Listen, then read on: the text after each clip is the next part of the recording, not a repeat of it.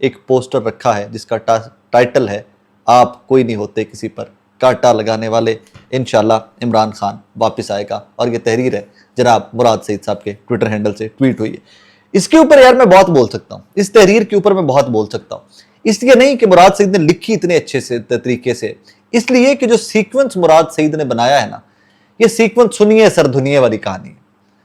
کہ ایک poster boy کو اٹھا کر آج اس نیج پہ پہنچایا گیا کہ آپ کون ہوتے ہیں کسی پر کانٹا لگانے والے، کانٹا صرف اللہ کی ذات لگائے گی، اور پھر اس کو ثابت کیا۔ اس میں نظریاتی کارکنان ایک سائیڈ کے اوپر، ٹھیک ہے ساری چیزیں ایک سائیڈ، میں نے اوپننگ میں کہہ دیا کہ جناب ہر طبقہ فکر کے لوگ، ہر پارٹی کے لوگ خوش ہیں اس سینٹ کے الیکشن سے، لیکن مراد کی اس تحریر کے آخری چند جملے جو ہیں نا کہ آپ کون ہوتے ہیں کسی پہ کانٹا لگانے والے، کانٹا خدا کی ذات لگاتی ہے۔ This says everything and this says کہ عمران خان کتنے اسٹرانگ نفس کی شخصیت ہیں کہ انہوں نے ہر وہ کام کرنا ہے جن سے ان کو روکا جائے، جس کے لیے ان کے اوپر پریشر آئے کہ تم نے یہ کام نہیں کرنا۔ اب علی امین گنڈا پور صاحب یا خیبر پختونخوا کے سینٹ الیکشن کے اندر مراد سعید ہار جاتے تو امیجن کریں کہ ہوتا کیا۔ عمران خان صاحب بڑی ڈیفرنٹ چنوتیوں میں پھینکتے ہیں اپنی پارٹی اور اپنے لوگوں کو۔ آپ کو بظاہر لگتا ہے کہ جی یہ ڈچ کر گئے عمران خان صاحب کو، یہ یک کر گئے، وہ کر گئے،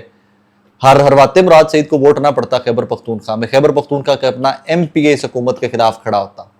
یہ شاہد خٹک صاحب، یہ مینا آفریدی صاحب، یہ سہیل آفریدی صاحب، یہ جن کے ساتھ فوٹو بھی بڑی وائرل ہو رہی ہے مراد سعید صاحب کی،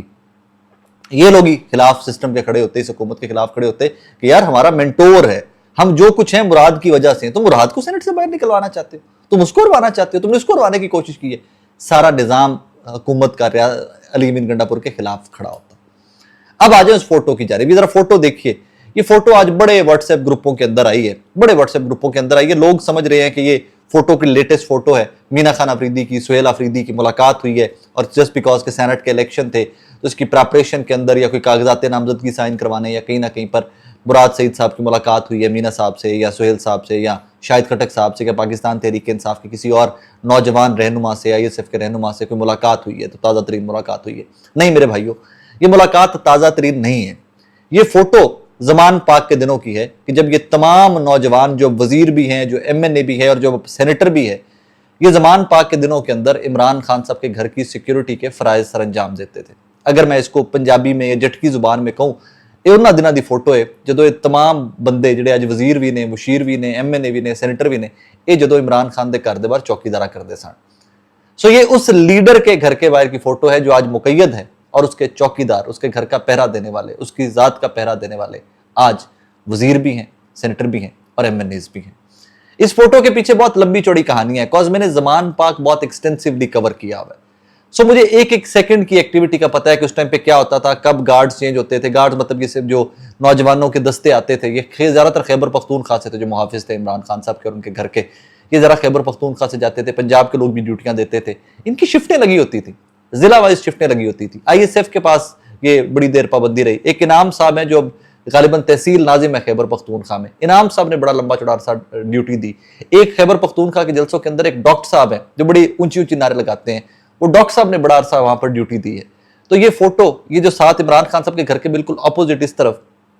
ایک خالی پلاٹ تھا جس کے اندر بہت سارے کیمپ لگے ہوئے تھے، یہ ان کیمپوں میں سے ایک کیمپ کے اندر کی فوٹو ہے۔ پھر ایک کیمپ اسی نیلے رنگ کا عمران خان کے گھر کے اندر بھی لگا ہوا تھا، جس کے اندر فرسٹ ایڈ کا سامان پڑا ہوتا تھا، پینے کا پانی پڑا ہوتا تھا، اور یہ عمران خان صاحب کا جو امیڈیٹ جو 24 گھنٹے کا سٹاف ان کے ساتھ ہوتا تھا، جو امیڈیٹ اویلیبلٹی ہوتی تھی، جن کی جو ہر ٹائم عمران خان صاحب کے ساتھ ساتھ موو کرتے تھے، وہ ان کیمپوں کے اندر وہ سویا کرتے تھے۔ تو یہ فوٹو تازہ نہیں ہے، لیکن بہت سارے ہمارے دوست جو ہیں، بہت سارے سینئر صحافی میں نے دیکھا ہے کہ وہ اس کو ٹویٹ کر رہے تھے کہ مراد سعید کی فوٹو وائرل، یہ فوٹو اب کی نہیں ہے، یہ فوٹو بہت پرانی ہے اور زمان پاک کے ڈیز کی ہے، اور تب بھی مراد سعید صاحب وہاں پر ڈیوٹی دیا کرتے تھے، وہیں پر ہوتے تھے۔ کیا کمال کی فین بیس تھی مراد سعید صاحب کی، میں نے تو وہ وٹنس کیا ہوا ہے نا، وہاں پر دیکھا ہوا ہے کہ لوگوں میں نکلتے تھے، نوجوان پاگل ہو جایا کرتے تھے۔ سوال یہاں پر یہ نہیں ہے، سوال یہاں پر یہ ہے کہ مراد سعید کے آئی ایس ایف کے لگائے ہوئے بوٹے آج کتنے تناور درخت ہیں، ایم این ایز بھی ہیں، ایم پی ایز بھی ہیں۔ آپ چند نام ہیں جو سنتے ہیں کہ مراد سعید کے دوستوں میں سے یا آئی ایس ایف کے یہ شاہد صاحب، سہیل صاحب، مینا صاحب، آپ یہ چند نام سنتے ہیں۔ مراد سعید صاحب کے لگائے ہوئے بوٹے جو ہیں خیبر پختونخوا میں اور آئی ایس ایف کے اندر، وہ بوٹے بہت تناور درخت ہیں اور ان کی تعداد اس سے کہیں زیادہ ہے، کہیں زیادہ ممبرز ہیں، پنجاب کے اندر بھی ان میں سے ممبرز ہیں، خیبر پختونخوا کے اندر تو وزارتوں میں بھی ہیں، تو کافی سارا کوٹا ہے، اور یہ آئی تھنک صرف خیبر پختونخوا کے اندر یا پاکستان تحریک انصاف کے اندر ہی پاسبل تھا کہ ایک نوجوان آئے اور اس کے ساتھ جو چلنے والے نوجوان ہیں پھر وہ بھی بڑھتے بڑھتے گرو کرتے کرتے وزیر، مشیر، سینیٹر بنے. کسی اور سیاسی جماعت کے اندر مجھے اس طرح کی مثالیں ملتی نہیں ہیں کہ لوور مڈل کلاس کا نوجوان اٹھ کر اس قدر سیاست میں ترقی کر سکے. اینی ویز، مراد سعید ایک بار پھر سے سینیٹر ہیں اور نظریاتی کارکن جہاں پر خوش ہیں وہیں پر جناب مرزا خان آفریدی بھی خوش ہیں، وہیں پر جناب امیر مقام ان کے صاحبزادے بھی خوش ہیں.